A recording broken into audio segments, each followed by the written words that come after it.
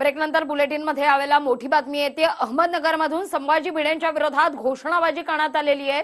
श्रीरामपूर इथली ही घटना आहे। अहमदनगर जिल्ह्यातल्या श्रीरामपूरमध्ये बैठक पार पडली आणि त्या दरम्यान ही घोषणाबाजी झालेली आहे। परतणाऱ्या भिडेंविरोधात ही घोषणाबाजी केलेली आहे। या संदर्भात 8 ते 10 जणांना पोलिसांनी ताब्यात घेतलंय।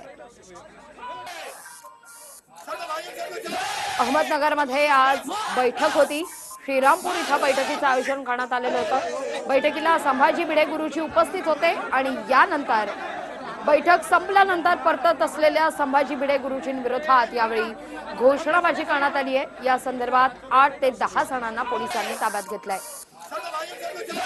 बैठक संपून निघत असलेल्या भिडे गुरुजींना घोषणाबाजीचा सामना करावा लागलाय। याविषयी अधिक माहिती घ्यावी आमचे प्रतिनिधी मनोज गाडेकर यांच्याकडून। मनोज, नेमका काय तिथे प्रकार घडलाय, काय घोषणाबाजी करण्यात आली?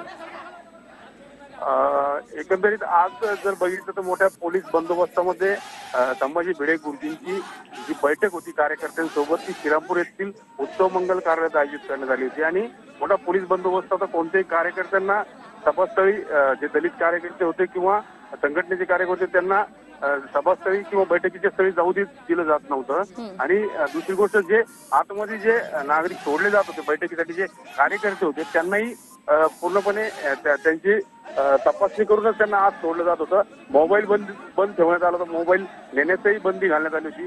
असं असताना कार्यक्रम संपल्यानंतर 9, सव्वा 9च्या दरम्यान संभाजी भिडे जे आहेत ते बाहेर निघाले कार्यक्रम संपून आणि ते जात असताना जे कार्यकर्ते होते त्यांनी घोषणाबाजी केली, निषेधाच्या घोषणा दिल्या। यामध्ये विविध संघटनेचे कार्यकर्ते आहेत।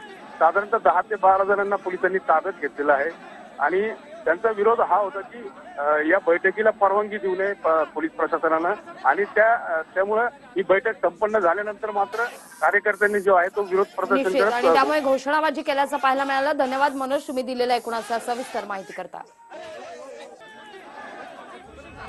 भिडेंच्या विरोधात घोषणाबाजी करण्यात आलेली आहे।